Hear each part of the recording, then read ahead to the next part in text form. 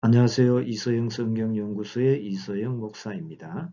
언더우드 선교사의 기도문과 관련해서 그러나 순종하겠습니다 라는 제목으로 말씀드리겠습니다.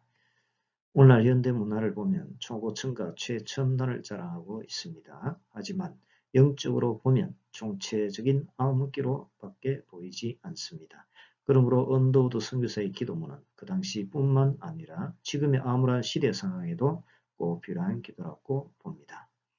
상상할 수조차 없고 사방팔방이 어렵고 아무리 불가능해 보여도 결국은 모든 것이 언더우드 선교사의 믿음의 기도대로 이루어졌듯이 우리도 그러한 기도를 하면 우리의 답답한 현실도 결국은 해결될 줄로 믿습니다.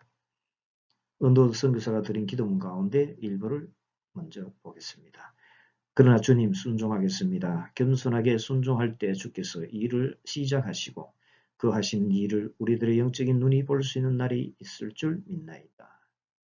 지금은 우리가 황무지 위에 맨손으로 서 있는 것 같사오나 지금은 우리가 서양 귀신 양기자라고 손가락질 받고 있사오나 저희들이 우리 영혼과 하나인 것을 깨닫고 하늘나라의 한 백성 한 자녀임을 알고 눈물로 기뻐할 날이 있음을 믿나이다.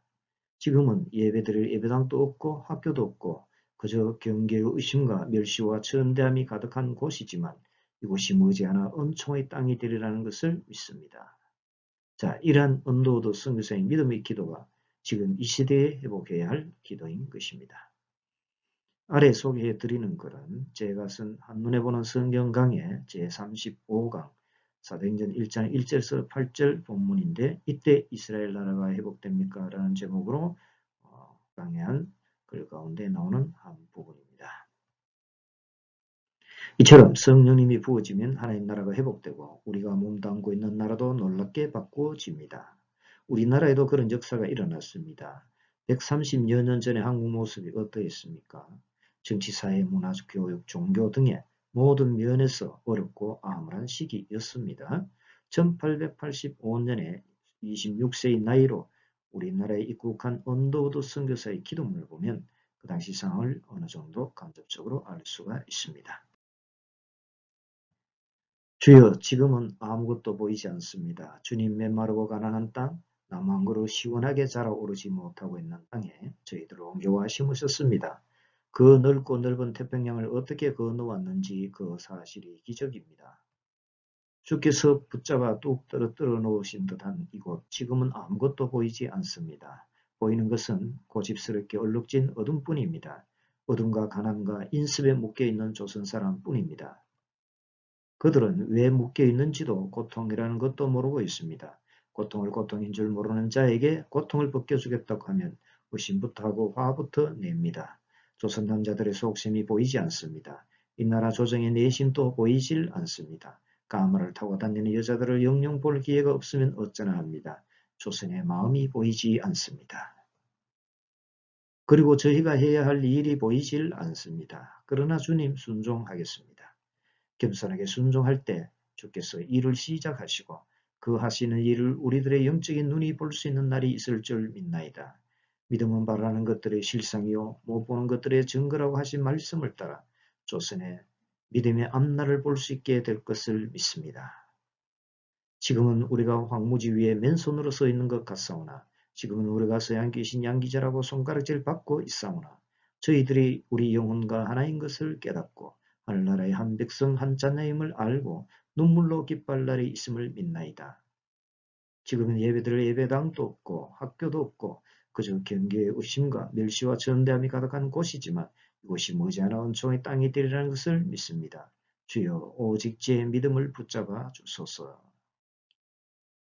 언더우드 선교사가 우리나라에 와서 입국하였을 때는 1885년입니다. 지금으로부터 130여 년 전의 상황이죠. 기독교가 이 땅에 들어오기 전에는 크게 발전하지도 못했습니다. 반만 년 동안 깊은 잠에 빠져 있었습니다. 그런 나라가 깨어나기 시작했습니다. 누가 깨었습니까? 성령님의 역사로 선교사들을 통해서 깨우기 시작하신 것입니다. 우상을 섬기던 나라가 점차 하나님을 모시고 사는 나라가 되도록 하신 것이죠. 하나님께서 역사하시기 시작하시자 짧은 기간 안에 한강의 기적이 일어나게 된 것입니다. 시편 33편 12절이 그러한 것을 말해주는데요. 여호와를 자기 하나님으로 삼은 나라, 곧 하나님의 기업으로 선택된 백성은 복이 있도다. 아멘. 이사야 9장 3절도 증거합니다. 주께서 이 나라를 창성하게 하시며 그 즐거움을 더하게 하셨으므로 추수하는 즐거움과 탈취물을 나눌 때의 즐거움 같이 그들이 주 앞에서 즐거워하오니. 아멘. 하나님을 자기 신으로 모시는 나라는 복을 받고 창성하게 되는 것입니다. 이때 이스라엘 나라가 회복됩니까? 라고 제자들이 질문한 그 대답이 실현된 것이죠.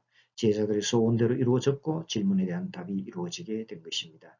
하나님께서 우리나라에 성령님을 부어주시자 우리나라의 하나님 나라가 이루어지고 대한민국이 그런 복을 받게 되었고 창성하게 된 것입니다.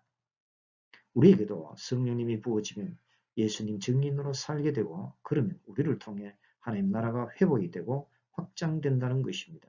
더 나아가 우리가 몸담고 있는 우리나라도 덩달아 회복되고 확장된다는 것입니다. 하나님 나라의 소중함은 진실로 매우 큽니다. 영원히 지옥에서 사는 것이 좋습니까? 그렇지 않습니다.